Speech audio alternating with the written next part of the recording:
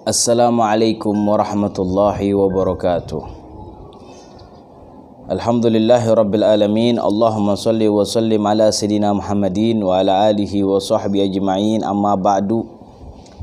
Nawaina at-ta'alluma wa ta'lima wa tadhakkura wa tadhkir wa naf'a wal intifa' ifada wal istifada wal hatha ala tamassuki bi kitabillahi wa sunnati rasulillah sallallahu alaihi wasallam والدعاء إلى الهدى والدلالة على الخير لابتغاء وجه الله ومرضاته وقربه وثوابه سبحانه وتعالى.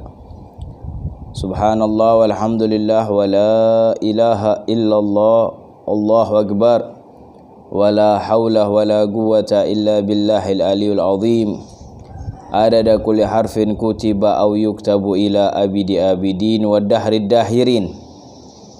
Subhanaka la ilma lana illa ma 'allamtana innaka antal alimul hakim wa tub alaina innaka antat tawwabur rahim.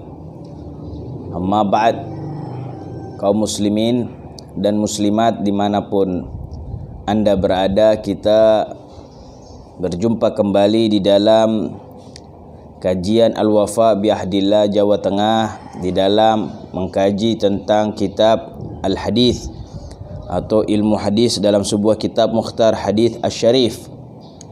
Kita sampai di dalam hadis yang ke-43.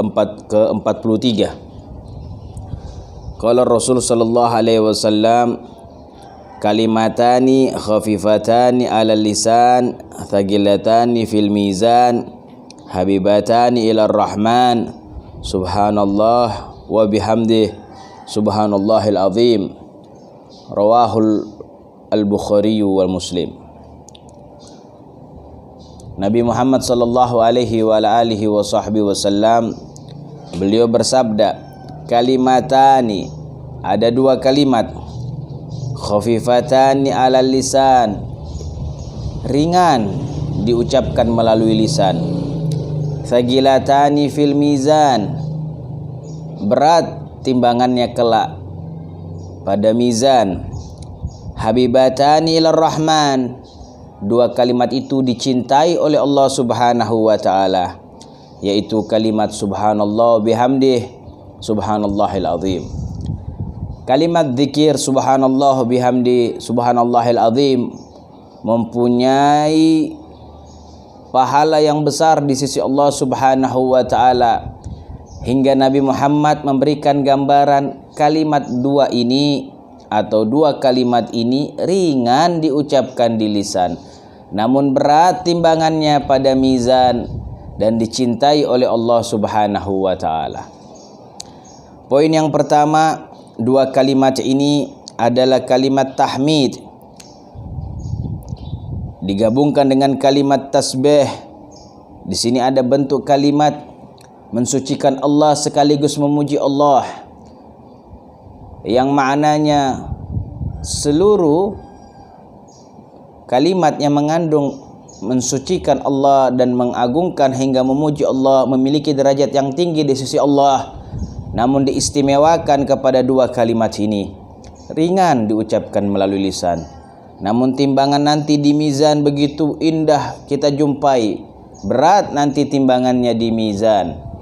Adapun mizan yang dimaksud di sini adalah mizan pada hari kiamat, di mana disebutkan mereka orang-orang pada hari kiamat akan menyaksikan timbangan amal ibadah mereka, sebagaimana Allah subhanahu wa ta'ala berwahyu, wal waznu yawma idzinil haq, dan mizan pada hari itu adalah hak, suatu yang benar adanya. Ulama banyak berbeda pendapat tentang bagaimana wujud timbangan di akhirat. Al-Imam Al-Baijuri pernah menyebutkan yang dimaksud timbangan mizan nanti di akhirat tidak semisal timbangan di dunia. Timbangan di dunia yang mana yang lebih berat, tentu itu yang akan turun, yang lebih ringan itu yang akan naik. Namun timbangan di mizan adalah sebaliknya daripada timbangan di dunia. Timbangan yang berat maka timbangan itu akan naik tinggi, dan timbangan yang ringan itulah timbangan yang akan jatuh. Yang amal ibadah sedikit atau amal jeleknya lebih banyak daripada amal baiknya, maka itu lebih ringan. Adapun amal baik yang lebih banyak maka itu akan semakin tinggi di sisi Allah Subhanahu wa taala. Begitulah pendapat Imam Al-Baijuri tentang mizan atau timbangan nanti pada hari kiamat. Lalu selain daripada mendapatkan timbangan yang bagus pada hari kiamat kelak, ada kalimat yang indah yang diucapkan oleh Nabi Muhammad sallallahu alaihi wasallam, yaitu ucapan beliau, habibatani ilar rahman.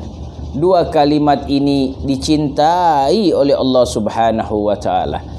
Maknanya, siapa seseorang yang sering mengucapkan kalimat dua ini, yaitu subhanallah bihamdi, subhanallahil azim, maka Allah akan mencintainya melalui kecintaan Allah kepada dua kalimat tersebut. Dengan dia memasukkan di dalam lisannya pada zikirnya ucapan dua kalimat yang dicintai oleh Allah, maka itu sama saja dia menghantarkan dirinya untuk dicintai oleh Allah Subhanahu wa taala.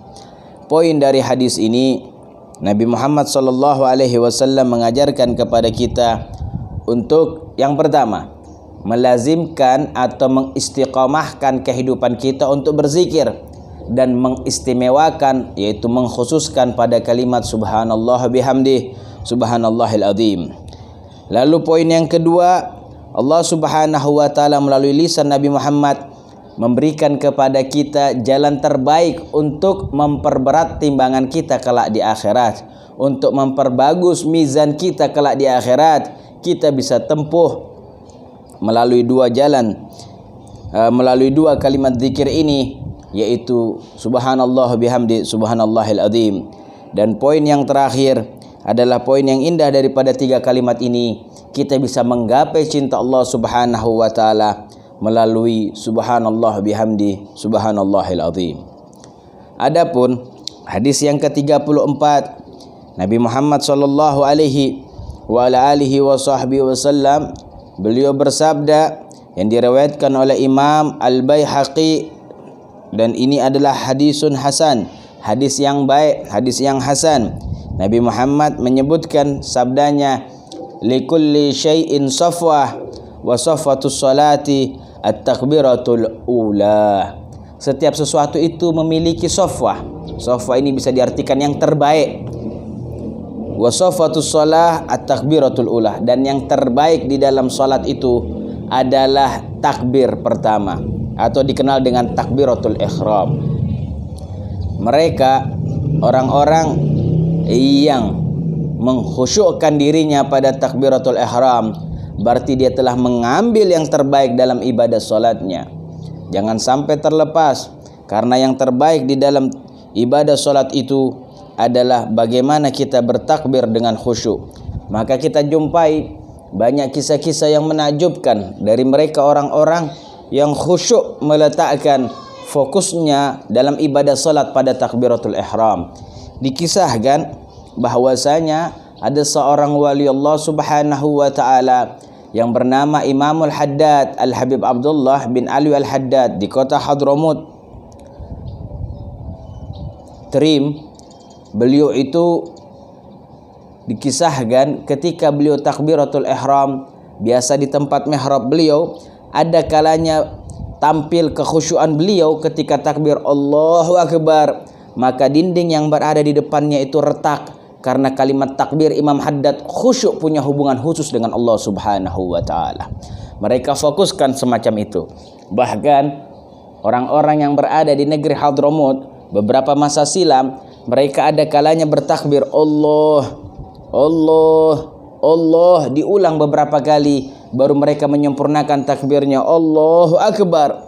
Ketika mereka ditanya, mengapa memiliki takbir yang semacam itu? Mereka menjawab, aku tidak akan menyempurnakan takbirku kecuali aku telah menyaksikan Ka'bah Al-Musyarrafah. Mereka tidak menyempurnakan takbirnya kecuali menyaksikan Ka'bah. Ini menandakan mereka memfokuskan dirinya pada takbir untuk mengamalkan sabda Nabi Muhammad sallallahu alaihi wasallam, safwatus shalah takbiratul ula. Yang terbaik di dalam salat adalah ketika seseorang melaksanakan takbiratul ihram. Maka banyak kita jumpai orang-orang soleh tidak sembarangan mereka mengangkat tangan di dalam takbirnya, karena mereka meletakkan hal-hal yang indah di dalam itu agar mempunyai hubungan yang khusus dengan Allah Subhanahu wa taala. Maka poin dalam hadis ini yaitu hendaknya yang pertama, seorang muslim, seorang mukmin hudurul qulub, menghadirkan hati ketika takbiratul ihram, karena disitulah tempat terbaik untuk kita mempunyai hubungan khusus dengan Allah Subhanahu wa taala. Lalu poin yang kedua yaitu agar kita selalu berada mutabi'ah lil imam. Kita selalu berada untuk mengikuti imam. Maknanya kita mengejar takbiratul ula juga bersama imam. Ini poin yang harus kita jaga sebagai bentuk keistimewaan kita di dalam melaksanakan ibadah salat. Semoga dua hadis ini bermanfaat untuk kita. Mari kita kejar keistimewaan di sisi Allah dan di sisi Nabi Muhammad sallallahu alaihi wasallam. Wa sallallahu ala sayyidina Muhammadin wa ala alihi wa sahbihi wasallam. Subhanakallahumma wa bihamdik asyhadu an la ilaha illa anta astaghfiruka wa atubu ilaik. Wassalamu alaikum warahmatullahi wabarakatuh.